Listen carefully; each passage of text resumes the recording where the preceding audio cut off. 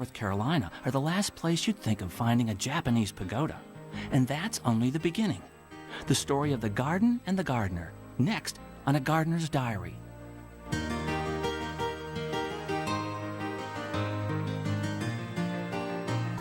Just outside Mars Hill, North Carolina, near Asheville, I found a Japanese-style garden with all-American roots. In fact, this used to be a working farm. The red barn is still right here next to a koi pond.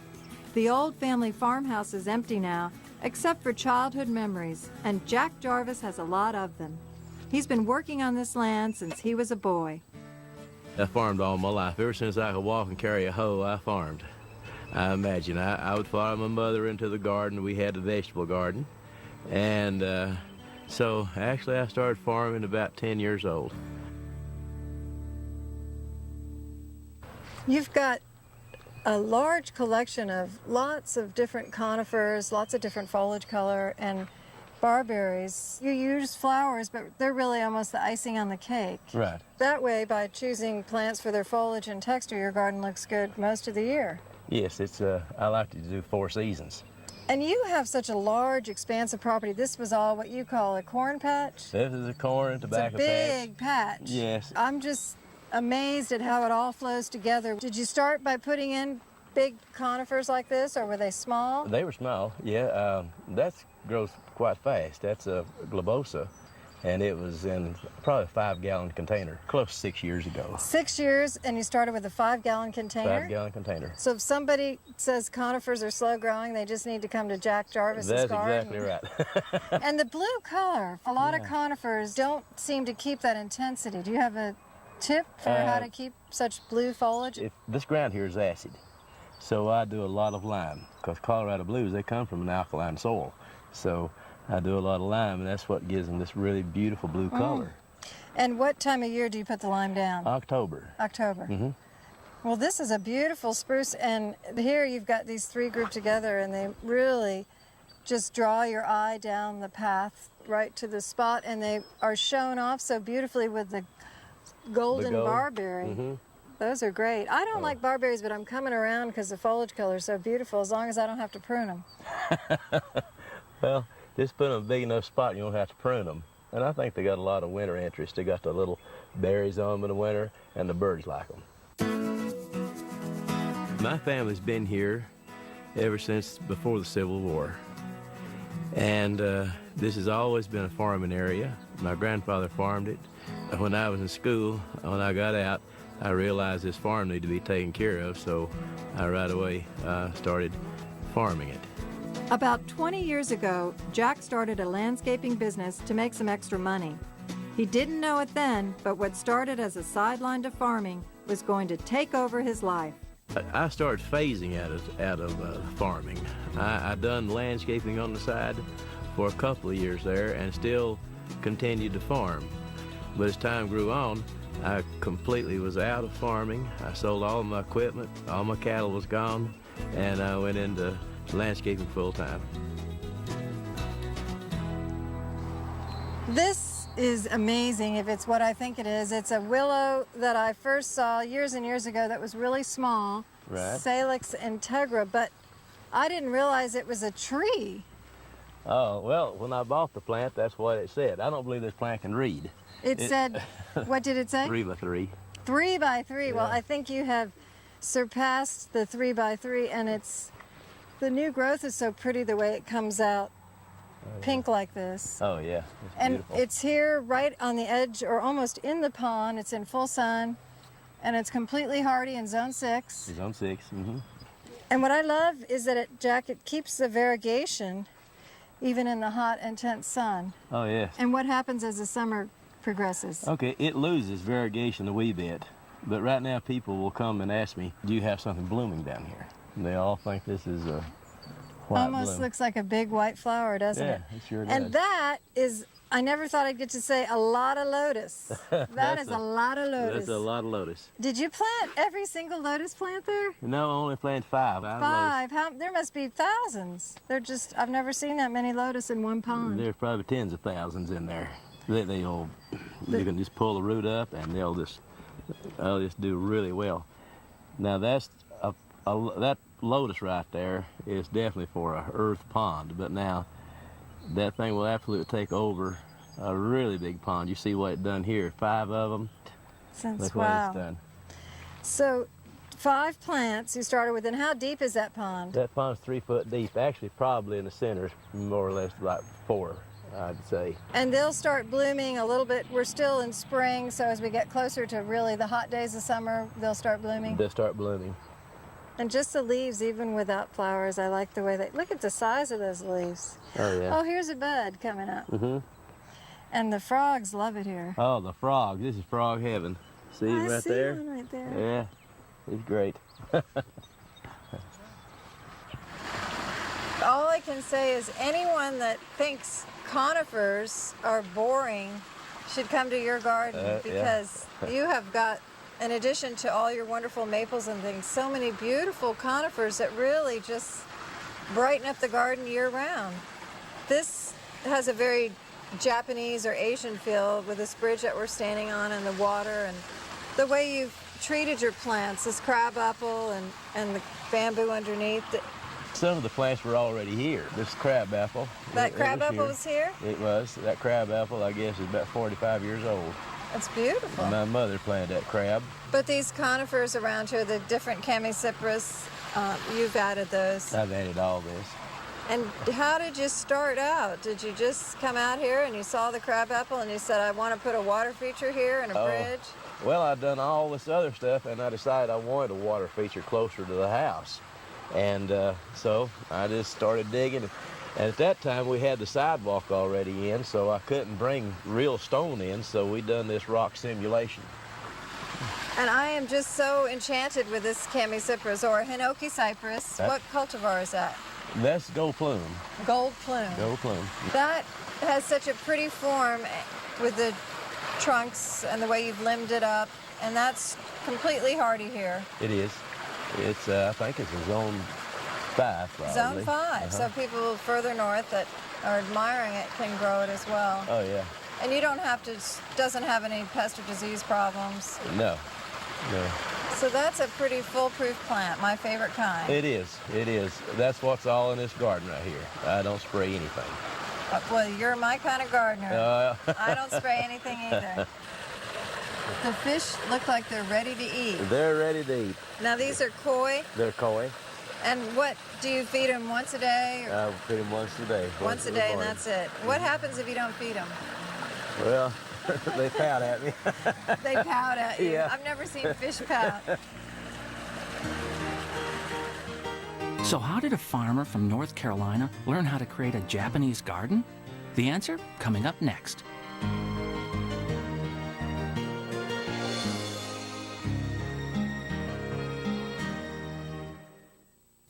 I love the color combinations in Jack Jarvis's garden.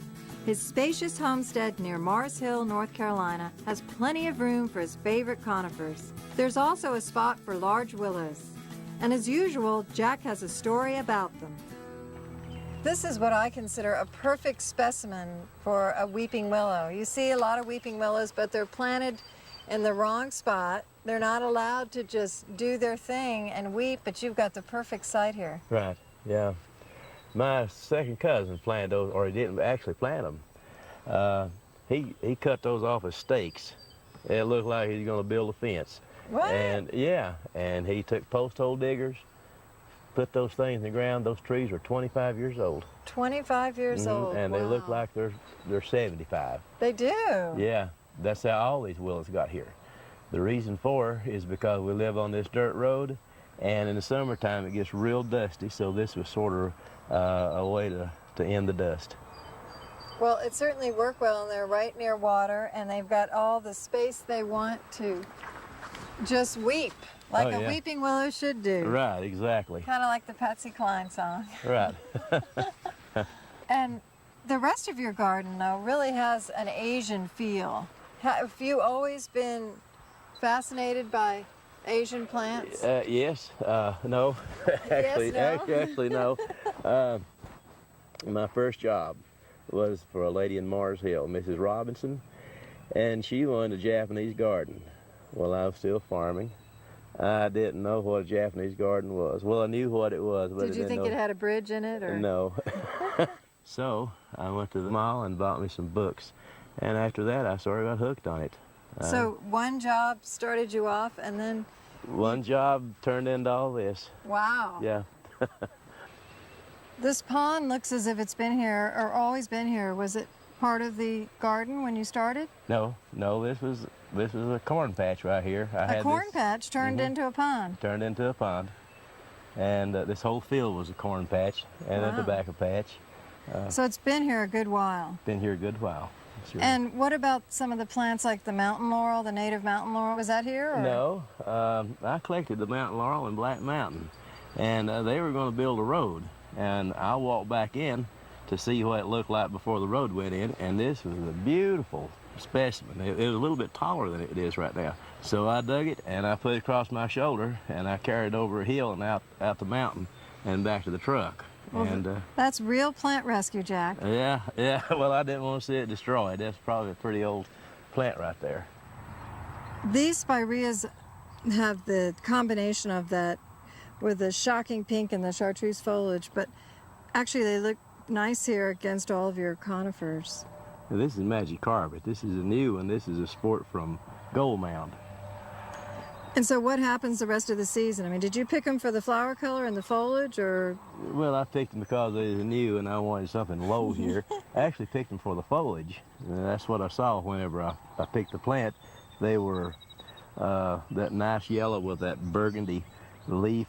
And will you shear off these dead flowers after it finishes? I will. I'll cut all these dead flowers off. Right now the bees are having a good time with them, so it's an easy plant. It'll grow on anything. It'll grow on, and that ground on the hill up there is just nothing but shell and rock. It's not very good soil, so the spirea does excellent up there. And you've got another batch of spireas down here with a softer pink flower, but a really light green foliage. Right. But that's still a good performer here in this spot, and you treat these the same way. You don't have to do anything special. No, nothing special. You can trim the blooms off and they may bloom again on this one here. But other than that, it doesn't take hardly anything to take care of these plants. Spirea is a great plant. So it's pretty much an industrial strength plant. You can't hurt it. You can't hurt it. Exactly right. It'll grow anywhere. Coming up next, Jack's story about a 17th century bonsai tree that was shipped to him in a most unusual 20th century container.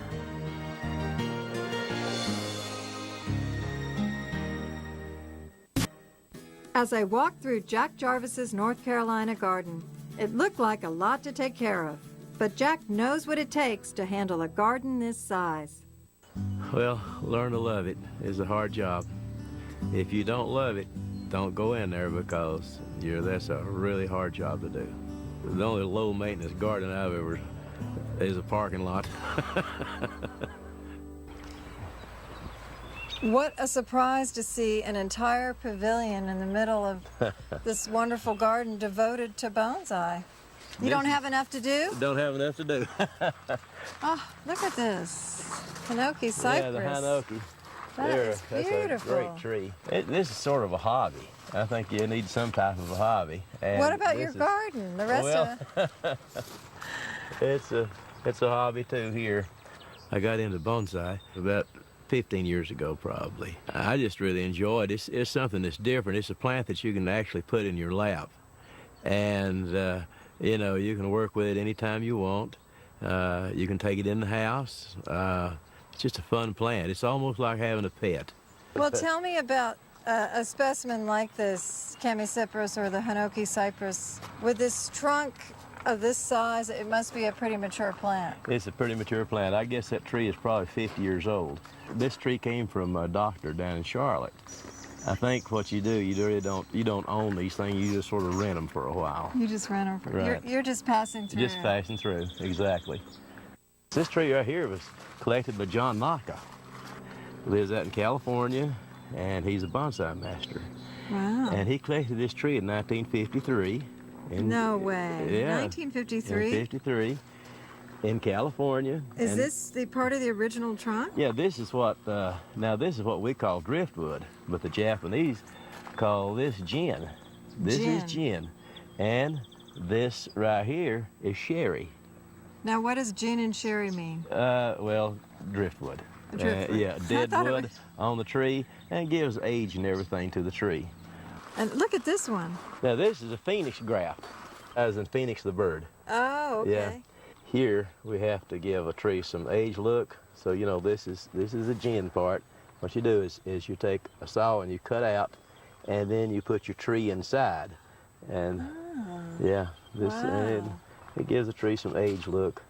You can take a piece of wood like this and a 5-year-old juniper and right away make it look 50. Wow. Yeah. And I know most bonsai, these are hardy shrubs and trees in the garden, so you just leave them outside? No, now the junipers and the deciduous trees go in a cold frame. Now the pines, they stay out all season. You've got so many different forms here, and a ginkgo even. Now that's one of my favorite ginkgo big is trees. a great tree. With a beautiful foliage Oh yes, that's and the fall ginkgos. color that's so golden. Now, Jack, one thing we've talked about pruning, it's obvious to see you prune them on the top, but do you take these out of the pots and prune the roots on a regular basis? Absolutely. How These, often do you have to do that? Okay, the older the tree, the less we have to do it. Every 5 years for an older tree, and when it's younger, maybe every couple of years. And then you have to fertilize the tree. I like to use some of the Japanese fertilizer on the tree. You can get special Japanese fertilizer? Sure can. I never heard of that. Where yeah. do you get that? At the Japanese At the fertilizer Japanese store. What is the oldest bonsai? The oldest bonsai is in Japan, and it's 750 years old.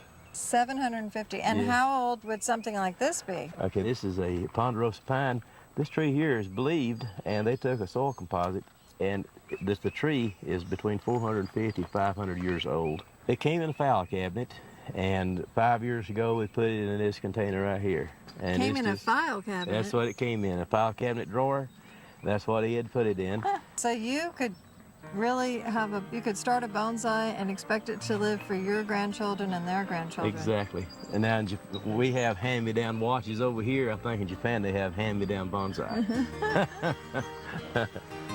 Coming up next, Jack shows you how you can have a water feature without any water.